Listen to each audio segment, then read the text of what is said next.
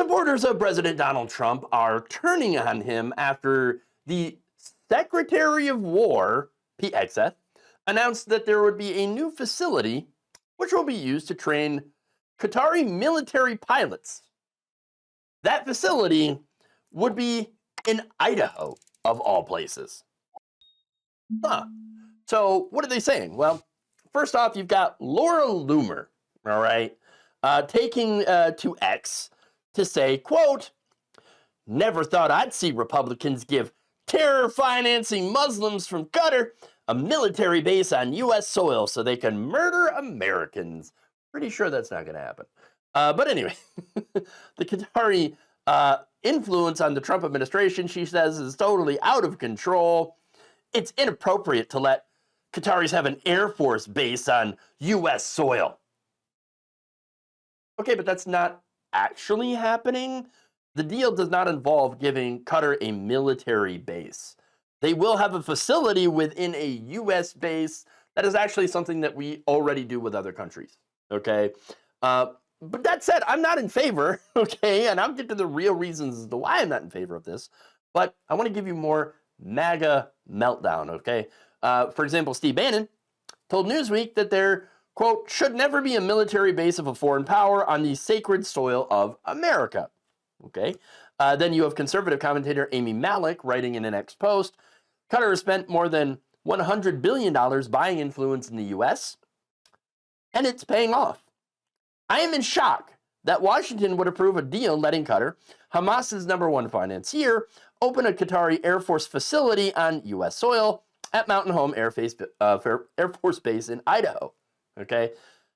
"Qatar bankrolled Hamas, ISIS, the Taliban, al-Nusra, and the Muslim Brotherhood. It plays both sides, the arsonist and the firefighter, funding jihad, then posing as a mediator. This isn't shared defense goals, it's shared delusion. We're not building peace, we're building a launch pad for the Islamic disaster." Wow. Okay. So now Mark Levin writes, quote, "I have never dreamed of anything like this. We've not only agreed to go to war for Qatar, but now they're building an Air Force facility in our country. Shocking!" I think my voice has to go up a few more octaves to sound like Mark Levin. But anyway, there's more. Alexander Duncan, a Texas Republican Senate candidate, said, "Qatar is not an ally. Qatar is an Islamic state ruled by Sharia. Qatar is the same ultimate objective as the rest of Islam, to conquer the entire world until it is all under one Islamic state, caliphate, ruled by Sharia." And of course, you've got the End Wokeness X account sharing a video of Pete Hegseth talking about the Qatar deal, writing, "What could possibly go wrong?" Dana Loesch, or Lash, whatever, said in a post, "I feel like if you sponsor Hamas, you shouldn't get a base in the U.S. What am I missing here?" I'll get into that, because certainly all these commenters are missing something very crucial here. Not all of them. One of them actually did allude to it. But first, Eric Erickson wrote, "America first, for sure." So basically, the vast majority of MAGA responses are the same thing. Oh my God, Sharia law, Muslims bad. Okay, not exactly shocking that we're getting pure, unadulterated Islamophobia here. But again, I was going to talk about why I am opposed to this, and it's not for the same reasons, okay? Them getting this deal, again, this is a very small nation, but is very, very rich from oil. And basically their elevation here and the way that we're treating them now is a great example of Trump's corruption. Remember back in April, the Trump family company has struck a deal to build a luxury golf resort in Qatar. The next month, Trump unveiled a plan to accept a luxury Boeing jet to replace Air Force One as a gift from the Qatari government. Now, the fact is, this country, the reason that we're, doing this is basically the fact that they've been pumping billions of dollars into our political system and into the pockets of Donald Trump. Okay, by the end of Trump's first term, Qatar had more than tripled its foreign lobbying spending, surpassing Saudi Arabia and the United Arab Emirates. From 2021 to 2025, FARA disclosures, that's the Foreign Agents Registration Act, show Qatar's lobbyists logged more in-person meetings with U.S. officials than any other country. Okay, about 627. Let me see if I have that graphic here. There it is, 627. Top foreign lobbies by in-person meetings with U.S. officials. More than Ukraine, more than Germany, more than, look, Iraq, South Korea, Poland, Syria. That's a ton of meetings, okay?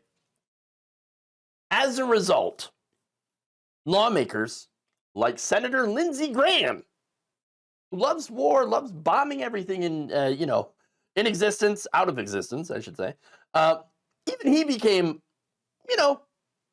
more okay with Qatar because, money.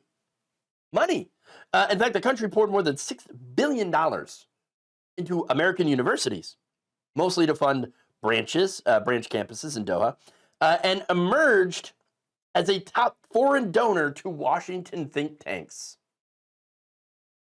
They even invested $50 million in U.S. media. Newsmax, specifically. Yeah, a very pro-Trump conservative outlet being bankrolled by Qatar. And of course, what did they get in return for all this investment? A very explicit U.S. security guarantee. That's right. Ben Freeman of the Quincy Institute notes that Qatar has gotten extraordinary benefits from the Trump administration. The U.S. has committed its soldiers to defend a monarchy that has directly enriched the president's inner circle. And that is my real problem, okay? This right here, all of this proves that if you pay off Trump and the Republican Party, you give them enough money, you get whatever the hell you want. Even the ability to train your fighter pilots smack dab in the middle of MAGA country. They are corrupt as hell and always have been, by the way.